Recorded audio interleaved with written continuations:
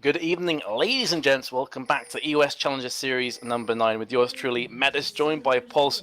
We are into the final game of the day. It is the all-important third game decider between Copenhagen Wolves and TTD. It could not be any closer here, Pulse. It looks like we're going to have action right from the beginning, actually. Yes, indeed. I mean, we have the entire lineup of TTD just sitting in that red brush. Meanwhile, we've got Copenhagen Wolves coming around the side. Will they meet themselves in this level 1 team fight? It looks like TTD don't quite want it. Ward goes down, revealed the rest of the team. Youngbook potentially caught, but in fact, he's on the aggression. Tofu finds himself on the back line. Left sentence goes down, secures that kill straight onto Shen as well. Youngbook going to be incredibly happy with that one, but Reckless leading the charge. Can they reclaim another kill? And Ward goes down just to give them some of that vision, but connects the Sonic Wave. I think Shook knows when not to quite go with that Lee syndrome and click that Q when he doesn't need to. But he will go ahead and back off. Didn't you say Lee syndrome? Yes, indeed. That's just beautiful, mate. That is beautiful. Thank you. Yeah, first blood right there. Sorry, can you take over? Because I need to chill for a little bit after that. No problem, Metas. And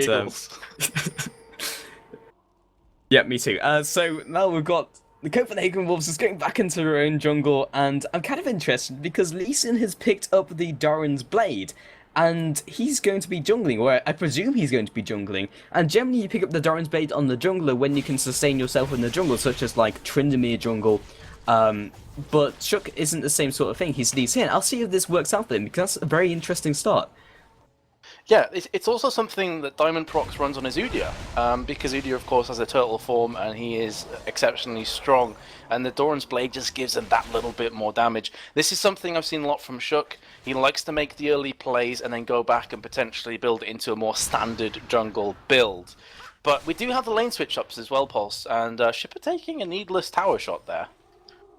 Yeah, just for a second, I think he's trying maybe a little bit too hard to stop down the aggression, and it doesn't need to too much. I mean, we're now in the the second game of the cast and the third game and last game of the day, and Sunny XX, they will be swapping him up the top lane with that Caitlyn as well, so we'll see whether they can actually get the top tower before the bot lane falls. And this is kind of interesting, because it would have been Caitlyn versus Vayne, which is generally a good matchup. This is what you expect to be a good matchup, but in fact it was them instigating the swap up. So I guess maybe they're just fearing Reckless on their Vayne, or they just want to make stuff happen elsewhere. Keltar dropping a little bit low, but should be good to go. But I was just feeling that Caitlyn and Janna is a strong pushing lane, and they just want to try and get this lane switch up as soon as possible. While both teams are building their foundations right now in terms of farm, in terms of pushing towers, we were talking in the break a little bit about the composition that Copenhagen Wolves are running. Something that you saw in Gfinity a lot as well. This Protect the Reckless comp. Lots of peel, and then allowing Reckless on Vayne just to scale into mid to late and crush faces. This is something you've seen quite a few times casting this Copenhagen Wolves team, isn't it? Yes, indeed, and I'm pretty sure I saw this exact lineup. I think maybe there was a Twisted Fate in there as well, because they ran him like a utility bot and had him go like Twin Shadows and a bit tanky as well, and just used him to set up kills for Reckless. But for the second game, honestly, Messes, I felt that like they were trying something different. They were top lane, Youngbook gets aggressive, and once again Shook comes in as well. Can't quite connect the dash to Youngbook because of that. In fact, he goes in anyway, because Shipper actually goes a little bit too close to Shook, lands a perfect Sonic Wave, Sunny dropping, gets caught in the minions and forces them back. I didn't think anything was going to happen there, but Shook knows way better than I do. And what I was going to say, Messes, is that in the second game it looked like they were trying something a bit different, and then they were like, you know what, we'll just go back to basics. Meanwhile, top lane aggressing once again onto Sunny XX. No, indeed, doesn't have the flash. Fantastic Duke comes down, flash into the Tempest, gets the gap closer anyway. Youngbuck goes in with the Vorpal Blade, but not quite enough to finish off Sunny. And I need to catch my breath, because every time I try to go for some theory crafting, more action happens. They refuse to hear your opinion on theory crafting, Paul. So throw more action in. Let's get more ganks at top lane. So quite a few summoner spells were burnt in the process there.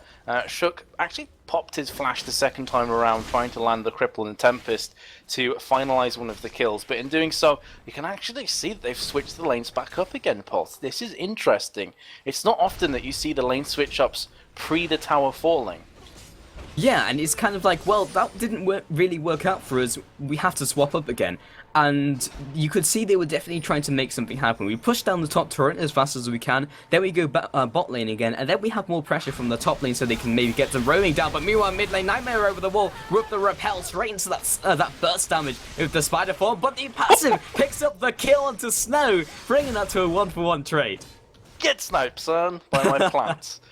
He did use his barrier very narrowly, avoiding death from the plants, but then that passive from Zyra, the Rise of the Thorns, did just manage to connect. And Shook is still at top lane, so he hasn't decided to go back. He's actually jumped in there underneath the tower. That is an epic fail from Shook, and he's going to die completely needlessly.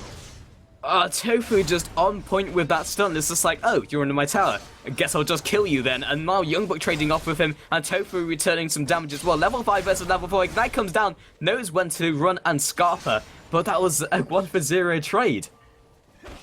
I'm honestly still a bit shocked there that Shook would jump underneath the tower. There were no crocodile shoes for him today. But needless to say, this double lane switch up with the duo lanes going to bot seems to be favouring the purple side of TTD, as Sunny XX and Shipper are already pushing this tower. So that counter of Vayne Caitlyn seems to be coming good right now. But I am very confused why they would go for the lane switch up and then turn back again. If it's not working, you have to say that they're kind of playing themselves in a really poor position. Yeah, I alluded to it before, Metas, but I think I got cut off by more action. And I think it was because, well, if we take up the top turret and then have more room for Renekton to do the roaming and then help out mid lane and then the jungle, then maybe we can make something happen elsewhere. And then we can swap up the top into the bot lane again, and it's 2 versus 2, they can't push down the tower, it's Caitlyn. But meanwhile, mid lane, Kaltar gets dropped almost immediately, Dragon Balls come down, I say dropped, but Strander's Side comes down, saving his life, Nightmare immediately falls, but Snow, locked up in his Locust of Power, gets dropped as well, and that's a 2-for-0 trade, the mobility showing through for Copenhagen Wolves. Oh, so good. Stand United just became available because Youngbuck just about dinged to level 6. And that's a big passage of play. I was fully in agreement with you. It looked like Coutard was going to die. But then suddenly out of nowhere came all of these barriers, all of these shields. You got the safeguard from Shook, the Stand United from Shen, managed to escape by the skin of his teeth. And now Shook, surprise, is going to start the counter jungling, and will be taking these wraiths very comfortably. Yeah, so we have Reckless and Limited pushing down the bot lane, and I'm kind of interested in seeing who's kind of winning out right now, because of course Sunny was forced into the bot lane, and he's in fact 23 CS behind right now. And honestly, for a Caitlyn versus Vayne lane, yes, he had the mid lane swap up, but he's really not in a good position, and they are doing nothing to shut down that AD carry of Vayne. And with that CS right now, I'm pretty sure that's near perfect, if not perfect CS. 75 at 8 minutes is phenomenal. Yeah. Like, that is... I'm an AD carry player, and I've never even got close to that. Like, not even close. So, Reckless Vayne is just... It's his dream kind of champion. And remember that Vayne's early game is mainly revered as being fairly weak, Pulse. It's a character that gets stronger the later the game goes on. So CSing this well is just going to push her into mid-game a much stronger, alarmingly fast rate from the team of TDD. So they're trying to make something happen here. Nightmare comes down. And this is what we saw in game number 2. Renekton is actually going to be dying at top lane as I'm speaking there. Shen and also Lee Sin are going to dive. That Shook will survive with very low HP. They're going back in again here, Pulse, actually, a bot lane. Yeah, and in fact, Shipper was locked up very slightly, but he just managed to maneuver himself so that Reckless's Condemn didn't pin him against that wall, because that may have even converted into a kill as well, with mana being so low on Shipper, even with Nightmare and Sunny there to back him up. But again, nothing really going to happen. 3 versus 2 at the bot lane, but Reckless is very scary right now with that level 6 in the final hour, along with Unlimited's box. Not something they really want to go up against in a tower dive scenario. So Nightmare just going to loop around mid lane. It's like, oh, I've picked up some kills in mid before, let's see if I can do it again. But with Shen not having his ultimate, another incentive to try a gank elsewhere. Yeah, and I can't really emphasize enough how good the Thresh pickup was for Copenhagen Wolves, because in game number 2, a lot of the reason why they fell back so hard, I am keeping an eye at top lane, but I feel probably not a great deal is going to happen as neither jungler is close. But in game number 2, I feel it was a lot of TDD just saying, okay, Reckless is the danger man. Let's focus him. Nightmare got 4 or 5 successful ganks off at bot lane with the Dark Passage, Flash, Flay combination from Thresh, who was being played last time around from Shipper. This time, not really the same kind of ganking potential on the cards, Pulse. They've got a Janna. Yes, she has the Howling Gale, but apart from that, gank's going to be few and far between. Elise definitely doesn't have the same kind of presence as in Zhao. And just being said, meanwhile, mid lane, Shook lands a perfect Sonic Wave onto a Snow right in the middle of those minions. I mean, that was absolutely pixel perfect, to quote one of your Lions metas. It couldn't have gone better. And meanwhile, Tofu just going in with a slice and dice. Another Sonic Wave lands and looking to get some of his former glory back because of that action he pulled at top lane. But honestly, that Sonic Wave was absolutely perfect. Oh, they've landed the death sentence. They're popping off the box as well. Here comes Reckless from the side, has been exhausted, but just delaying the inevitable. Or is it? Because that's a beautiful Monsoon, forcing the flash from Reckless, who comes back in once again. He's dangerously low, but he does have Shook coming around from the backside. Barrier has been used, and that's going to be a very dead Sunny. Or is it? How in the hell is he still alive? Yeah, and Shook realizes actually he's not dead, and Sonic Wave goes in, the Duke comes in from Sunny. Can he still keep himself alive? This may at least be enough time for Nightmare to reclaim some kills. Youngbuck comes in from the side, however, and the Dark Passage comes down, just shielding me enough to make sure that the kill does not get picked up by Elise. And that was some serious miscommunication. Well, it's like Shook wanted to tower dive, and was tanking a tower, and Reckless was like, nope, minions more important, dude. And Shook very nearly died, and Caitlyn nearly survived, so a minor lapse in concentration or communication there. But that is going to be the tower falling. Yes, indeed. And meanwhile, in mid lane, Kaltard just pushing back Snow. And honestly, right now, it just looks like Kaltard is just punting him around. So many times we've just seen aggressing routes land and just completely propel or repel Snow out of that lane. And he's not having the best of lane phases at the moment. I say that though, but he's on 80 farm to 73. 0 and 3 though, but Shipper almost caught. Not quite enough damage coming from Reckless, but Nightmare's following and with keeping up the chase. And Sunny picks up the kill with an excellent pilt over. Shook coming in from the side, only lands it onto a spider. However, the strength of Elise lets us Lee Sin in these scenarios. The flash comes down. Sorry, the jump to the ward, following up with a resonating strike, finishes off that kill.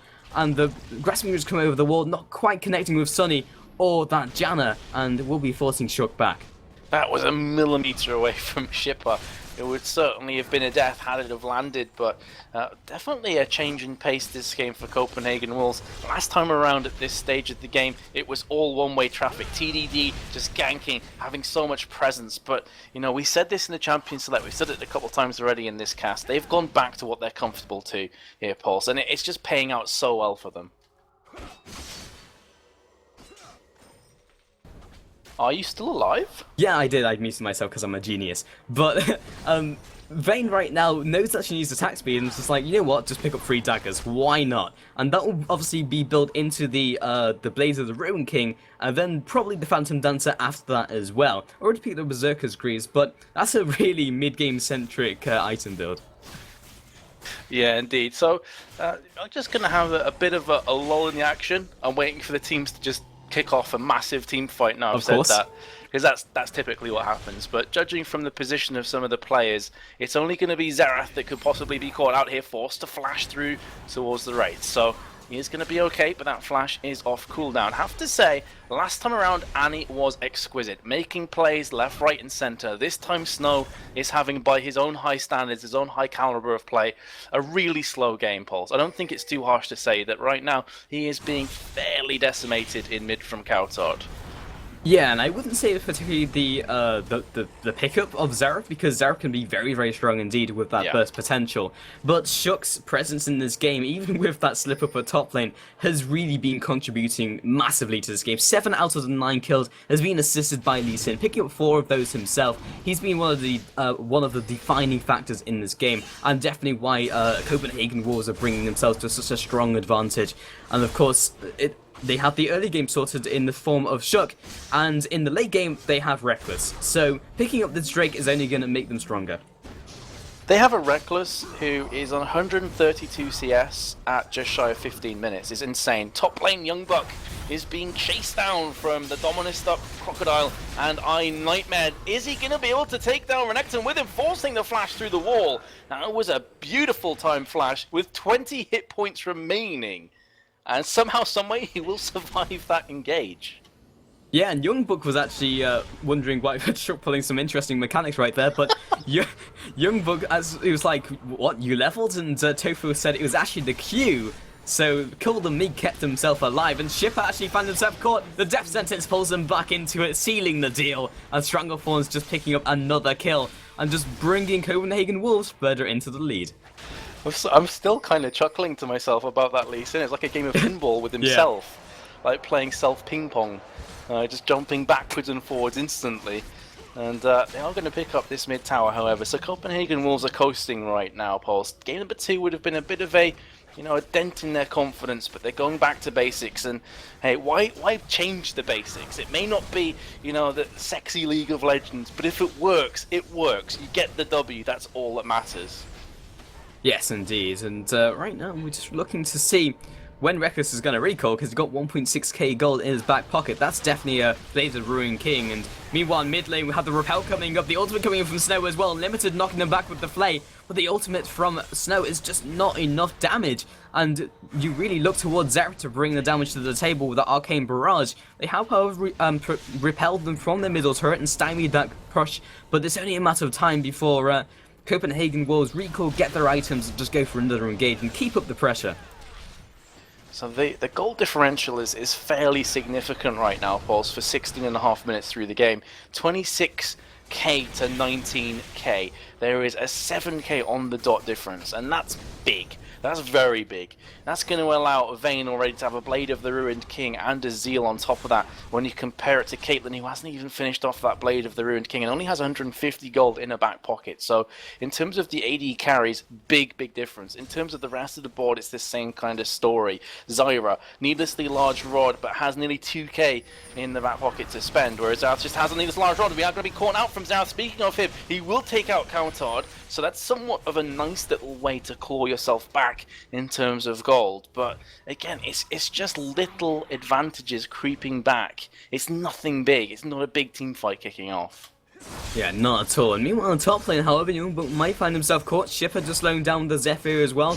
Tofu just trying his best to keep him locked up, but it's Shen after all. He's just a wall of HP. Sunny, meanwhile, in mid lane, Shook actually looking to land the Dragon Rage, knocking him backwards, and Caitlyn's only really scratching him right now, and that's a horrible situation. And already, the mechanics from Shook jumping to that ward, and there's the Dragon Rage from that flash, but Shipper and Nightmare there to back him up. Repel comes down, but San United coming in from Shen as well, just keeps him alive, and not quite the situation where they can turn it around. No one really close enough to make that happen, but still keeping him out in a bad situation. And again, the global presence and the mobility from Copenhagen Wolves shining through. I've got to say that Shook is probably the most ballsy jungler I've ever seen. Yeah. Not many of the Lee Sins are like, oh, no one's with me, NP, let's flash behind the tower and just kick away the AD carry, not knowing where the rest of their team is, and it very nearly backfired on him. If he wasn't 4-1 and as tanky as he is right now, he definitely would have died in that situation. Dark Passage comes out, so he's got the cavalry of both Unlimited and Reckless right behind him. Going to pick up the Wolves and be just fine, but it's a similar kind of position that we see a lot in League of Legends, where a team goes behind and they turtle in really deep, but in doing so they effectively gift the opposite team all of their neutral creep, all of their buffs as well. Yeah, and we talk about the chance for them to maybe turtle this out, sit in their base and just kind of farm themselves up. But if we put ourselves into the late game, it's like, well, who's going to be stronger? And then immediately look at Vayne, because it's, well, when you have that Vayne and you get her to late game, you have to shut her down. And there's very little counter to that apart from like very solid team play. Lucas the Power has been popped by Snow. This might be the pick that they want onto Reckless. Perfect Arcane Barrage straight in with that stun as well. Flash comes down and jumping straight onto that Dark Passage. Nightmare actually jumping after, but he's completely separated and cut off from his team. And Limited and Reckless though completely safe. And Shipper just looping around the corner trying to maybe steal this away and just give them some vision. Reckless picks that one up and Shipper has been completely caught out. Kaltar picks up the kill. And now Shook from the side as well. The 90 caliber net keeping Sunny safe, but that's just gone bad to worse. Absolutely, Sunny has just been caught from the Sonic Wave and the Resonating Strike as well. That is some insane Lee Sin mechanics. in the blink of an eye, just darted round and Dragon's Raged away Caitlyn. Now Young Buck is going deep, has the Ignite, just needs one more attack. There's Shook from the side, safeguarding in on his ward and finishing things off nicely. Thresh did fall in the meantime, but an AD carry for support is worth it. Here comes the flash and the engage. Snow has been caught out of position. Renekton picks up his second kill. Xerath is down though from Young Buck. Now focusing on Reckless, who again escapes on absolutely no hit points at all. But here comes Iron Nightmare from the side, who will eventually get his man. And is their second death for Vayne, now in a really precarious position, and Shook will be cleaning that one up nicely. But talk about a backwards and forwards fight there. Yeah, I know, it's very strung out as well, and just back and forth, as you mentioned. Meta's Shipper just here to try and defend the turret against a very angry Shook and Young Buck.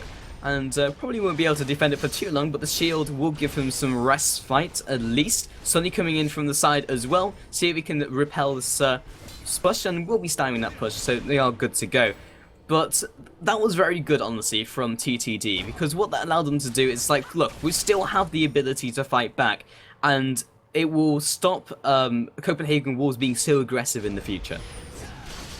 It's honestly just, this entire game is a testament as to why you ban Lee Sin from Copenhagen Wolves, because he's just going to make plays. You can talk about Reckless's farm just being immensely strong, but without Shook's presence across the map, and without the plays that Unlimited is bringing, Reckless wouldn't be as strong in the early game. There's no doubting how good he is as an AD carry. I'm not doubting that even for a second, but I think Shook and Unlimited deserve a fair amount of the praise and the plaudits as well. Kautar's been chugging along in mid, doing a nice job, and then you got Young Buck, who's constantly being a thorn in the side at top lane, landing some really nice taunts. But this game still isn't over, Pulse. I don't want to completely say that TTD are out of this game. I feel they've still got a chance, but a lot of it is going to base upon how Xerath plays the remainder of this game. He needs to be able to snipe people like Vayne. Yeah, he's really going to be their playmaker. He has to be their playmaker, because apart from that, they don't really have any saving graces. Renekton is a strong front line, but without damage behind that, there's no point in being strong when you can't actually do the damage to bring that team fight home.